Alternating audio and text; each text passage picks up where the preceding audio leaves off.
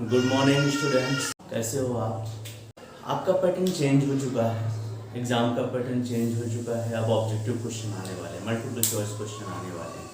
इसके लिए आपको अपने तरीके को चेंज करना पड़ेगा। जैसे हम लोग पढ़ाई कर रहे थे, थोड़ा सा लिटिल बिट हमको अपना जो तरीका था पढ़ने का उसको चेंज करना पड़ेगा। ऐसा नहीं कि ये टफ है, बहुत ईजी है, बहुत सिंपल है, बट आपको बेसिक नॉलेज होना जरूरी है।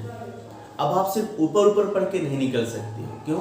क्योंकि डिस्क्रिप्टिव क्वेश्चन को सॉल्व करने के लिए हमको डीप नॉलेज की रिक्वायरमेंट नहीं होती, लेकिन ऑब्जेक्टिव क्वेश्चन को सॉल्व करने के लिए हमको एक डीप की नॉलेज की रिक्वायरमेंट, जो बेसिक नॉलेज होता है उसकी रिक्वायरमेंट होती है। अब यहाँ पर बेसिक एंड स्टैंडर्ड दोनों के लिए उतना ही इंपॉर्टेंट हो जाता है अब सिलेबस आपका, जितना बेसिक के लिए था और स्टैंडर्ड के लिए नहीं। अब आप में ज़्यादा कुछ फर्क नहीं देखने को मिलेगा, आप दोनों को ही डीप में स्टडी करनी पड़ेगी, यानी बेसिक कॉन्सेप्ट के साथ स्टडी करनी पड़ेगी। तो आज से हम लोग सेशन लेके आए हैं ऑब्जेक्टिव क्वेश्चन सॉल्व करने का। डेली जितने मैक्सिमम क्वेश्चन सॉल्व हो सकेंगे हम कराएंगे और सिखाएंगे कि कैसे आप इन क्वेश्चंस को जल्दी से सॉल्व कर सकते। पहला क्वेश्चन है द एक्सपोनेंट ऑफ 2। पूछ रहा है एक्सपोनेंट ऑफ 2। एक्सपोनेंट का मतलब है पावर। किसके फैक्टराइजेशन? 144 के फैक्टराइजेशन। ये तो एक सिंपल सा क्वेश्चन जो मैंने पिक किया है, सेलेक्ट किया है। जैसे आपको कोई भी क्वेश्चन दे सकता है, किसी भी नंबर के फैक्टराइजेशन में किसी भी पर्टिकुलर प्राइम का एक्सपोनेंट कितना होगा, ये आपसे पूछ सकता है, ठीक ना? ये आपसे पूछ सकता है। इन जनरल क्वेश्चन में ले रहा हूं कि exponent of 2 in the factorisation of 144, यानी 144 के फैक्टराइजेशन में 2 की पावर, मैक्सिमम पावर कितनी होगी। क्वेश्चन आपको कुछ भी आ सकते हैं, रिपीट करता हूं फिर से, कोई भी नंबर दे सकता है और उस नंबर में जो प्राइम कंटेंट होंगे उनमें से किसी भी प्राइम के एक्सपोनेंट को आपको पूछ सकता है। चलिए, इसका ऑप्शन हमें दिया हुआ है 4, 5, 6 एंड 3। देखते हैं इसको कैसे सॉल्व कर सकते हैं। 144 है, कुछ बच्चों ने कहा सर मुझे तो दिख रहा है 12 का स्क्वायर। 144 इक्वल टू क्या दिख रहा है? 12 का स्क्वायर दिख रहा है। मैंने कहा ठीक है, जिसको दिख गया बहुत अच्छी बात है।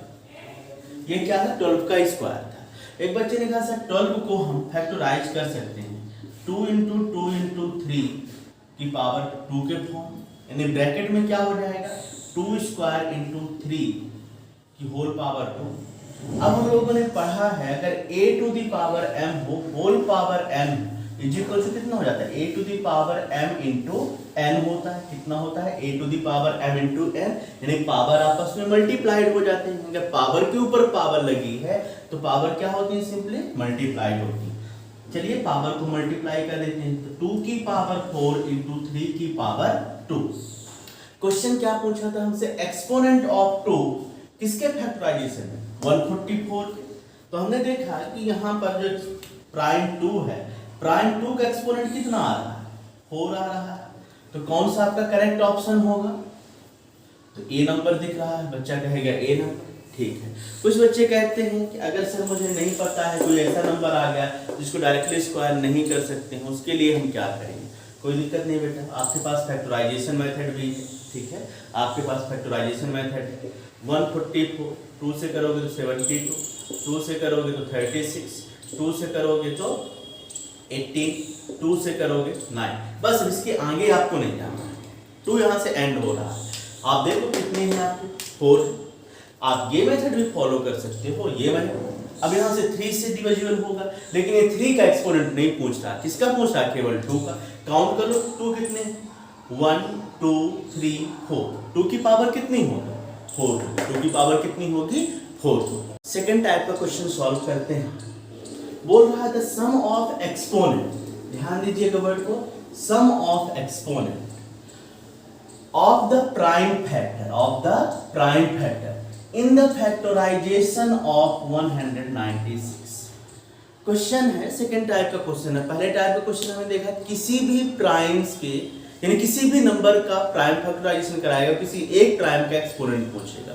दूसरे टाइप का क्वेश्चन जो हो सकता है यहाँ से कि कोई भी नंबर दिया है, उस नंबर में जितने भी प्राइम फैक्टर्स आ रहे हैं उन सब के एक्सपोनेंट का आपसे क्या पूछ रहा है? सम पूछ रहा है। उन सब के एक्सपोनेंट का आपसे क्या पूछ रहा है? सम पूछ रहा है। ठीक है, चलिए देखते हैं कैसे सॉल्व करते हैं। 196 है, 2 से करेंगे तो 98, 2 से करेंगे तो 49, 7 और 1, यानी 196 को हम एक्सप्रेस करा सकते हैं 2 इंटू 2 इंटू 7 इंटू 7, यानी 2 की पावर 2 इंटू 7 की पावर 2। क्वेश्चन है सम ऑफ एक्सपोनेंट का, ठीक है ना, सम ऑफ एक्सपोनेंट। हमने देखा प्राइम 2 का एक्सपोनेंट कितना है? 2 है। 7 का एक्सपोनेंट भी कितना है? 2 है। तो सम कितना हो गया एक्सपोनेंट का? 4। तो करेक्ट ऑप्शन अपना कौन सा है? सी ऑप्शन करेक्ट है। कौन सा ऑप्शन करेक्ट है? C option correct. Question number 3 देखो। क्वेश्चन नंबर 3 कह रहा है if P1 and P2 are two odd prime number such that P1 is greater than P2 हो और P1 square minus P2 square की वैल्यू फाइंड आउट करनी। Option हमको कुछ दिए हुए हैं कि जो ऑप्शन है यानी उनका जो डिफरेंस आएगा स्क्वायर का वो इवन नंबर होगा कि ऑड नंबर होगा कि ऑड प्राइम नंबर होगा कि प्राइम नंबर आएगा। ठीक है, चलिए सबसे पहले हम कोई दो स्मॉलेस्ट ऑड प्राइम नंबर खोजते हैं। 1 लिखे प्राइम नंबर? नहीं, 1 प्राइम नंबर नहीं होता है। फिर 2 प्राइम नंबर तो होता है लेकिन वो इवन ले नहीं सकते, 2 को आप नहीं ले सकते। तो अब प्राइम नंबर नेक्स्ट कौन मिलेगा? 3 मिलेगा और उसके बाद नेक्स्ट कौन मिलेगा? 5 मिलेगा। तो हमने 2 प्राइम ले लिए, कोई 2 छोटे प्राइम ले लिए, ऑड प्राइम ले लिए हमने 3 एंड 5। अब इसमें P1 किसको माने, P2 किसको माने? तो हमारे पास कंडीशन है कि P1 ग्रेटर होना चाहिए किससे? P2 से।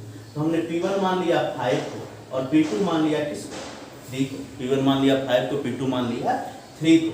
क्वेश्चन कह रहा है कि तो वैल्यू फाइंड आउट करो P1 square minus P2 square. ठीक है, तो P1 का स्क्वायर यानी 5 का स्क्वायर माइनस 3 का स्क्वायर, 25 माइनस 9 कितना आ जाएगा? 16। 16 कैसा नंबर है? तो मुझे इवन नंबर दिख रहा है। कैसा नंबर दिख रहा है? Even number. तो इन चारों ऑप्शन में मेरा ऑप्शन कौन सा करेक्ट हो रहा है?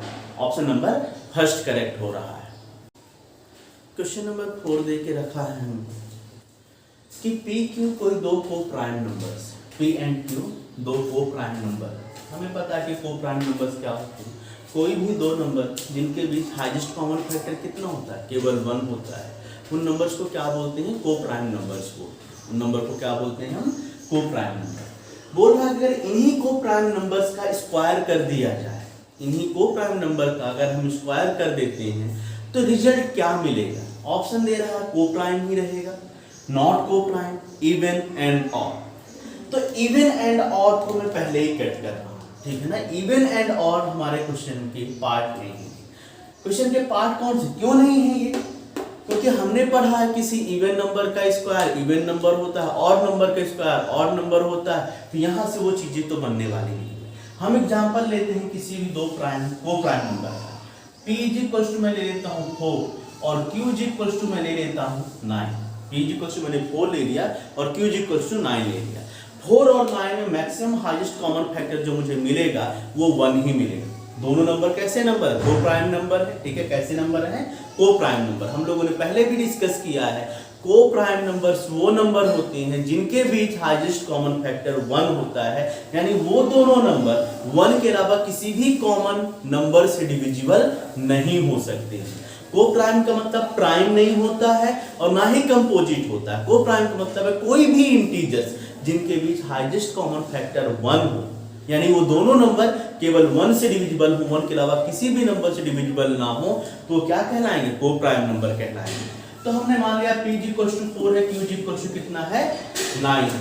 हम P का स्क्वायर करेंगे तो P का स्क्वायर कितना आ जाएगा? 16। Q का स्क्वायर करेंगे तो कितना आ जाएगा? 30। Q का स्क्वायर करने पे कितना आ जाएगा? 80। अब देखिए क्या 16 और 81 में से 16 और 81 क्या किसी कॉमन इंटीजर से डिविजिबल हो सकते हैं? नहीं हो सकते। 16 एंड 81 किसी भी कॉमन इंटीजर से डिविजिबल नहीं हो सकते। यानी 16 और 81 भी कैसे नंबर होंगे? को प्राइम नंबर होंगे। 16 एंड 81 भी कैसे नंबर्स होंगे? हमारे को प्राइम नंबर्स होंगे। तो कौन सा ऑप्शन आपको सही लग रहा है? Option number first. Even and odd की तो बात ही नहीं होगी। अगर कोई नंबर इवन है तो इवन का स्क्वायर हमेशा इवन होगा, ऑड का स्क्वायर ऑड होगा। तो ये पार्ट तो हमारा था ही, ये पार्ट तो हमारा है ही। इवन नंबर था, इवन का स्क्वायर इवन आएगा, ऑड का स्क्वायर हमेशा ऑड आएगा। तो ये दोनों ऑप्शन मैंने इसीलिए कट किए थे कि इस टाइप के क्वेश्चन जब को प्राइम क्वेश्चन में दिया हुआ है तो आपसे इवन एंड ऑड नहीं पूछना चाह रहा होगा, वो पूछेगा को प्राइम एंड नॉट को प्राइम। तो हमेशा याद रखना जब को प्राइम नंबर दो दिए हैं उन दोनों का स्क्वायर करने का मतलब क्या है, सेम नंबर को सेम नंबर से मल्टीप्लाई करा देना। तो जब पहले ही उन नंबर के बीच में कोई कॉमन फैक्टर नहीं था तो उनका स्क्वायर में कॉमन फैक्टर कहाँ से मिलेगा। और आप यहाँ यूज कर सकते हैं यूक्लिड की फंडामेंटल थ्योरम ऑफ अरिथमेटिक, ठीक है। अगर कोई नंबर ए किसी नंबर कोई प्राइम p किसी नंबर a स्क्वायर को डिविजिबल करता है तो p a को भी क्या करेगा, डिवाइड करेगा। अगर इन दोनों नंबर को कोई भी कॉमन फैक्टर डिवाइड नहीं कर पा रहा, इन दोनों के स्क्वायर को कैसे डिवाइड करा पाएगा, नहीं करा पाएगा। n is any natural number, n कोई एक नेचुरल नंबर, ध्यान दीजिएगा क्वेश्चन में दे रखा है n एक नेचुरल नंबर, ठीक है। Then 6 to the power n and 5 to the power n always ends with, ठीक है। देखते हैं n क्या बोला है, n यहाँ हमें गिवन में दिया हुआ है नेचुरल नंबर, नेचुरल नंबर, यानी n इक्वल टू क्या हम 1 ले सकते हैं, बिल्कुल 1 एक नेचुरल नंबर है। चलिए वैल्यू पुट करते हैं, तो 6 to the power 1 minus 5 to the power 1, 6 to the power 1 6 होगा और कितना होगा 1, किससे एंड हो रहा है 1 6 minus 5 कितना आएगा 1। दूसरा एग्जांपल लेके देखते हैं, n इक्वल्स टू 2 लेके देखते हैं, तो 6 स्क्वायर माइनस 5 स्क्वायर, 6 स्क्वायर कितना आएगा 36, कितना आएगा 25, कितना आएगा 11, किससे एंड हो रहा है डिजिट 1, यानी यूनिट डिजिट हमको देखनी है तो यूनिट डिजिट में किससे एंड होगा। नेक्स्ट अगर तो आपको देखना हो n इक्वल्स टू 3 में भी देखना, जरूरत नहीं है आप हर से करेक्ट कर सकते थे, n इक्वल्स टू 3 लेना है तो 6 to the power 3 minus 5 to the power 3, 216 minus 125 is equal to कितना आ जाएगा, जो भी आएगा 91। यानी कोई भी नंबर ले लें, n इक्वल टू कुछ भी ले, नंबर n किससे होगा 1 से होगा, तो इसका करेक्ट ऑप्शन क्या हो जाएगा 1। करेक्ट ऑप्शन क्या है इसका 1 है।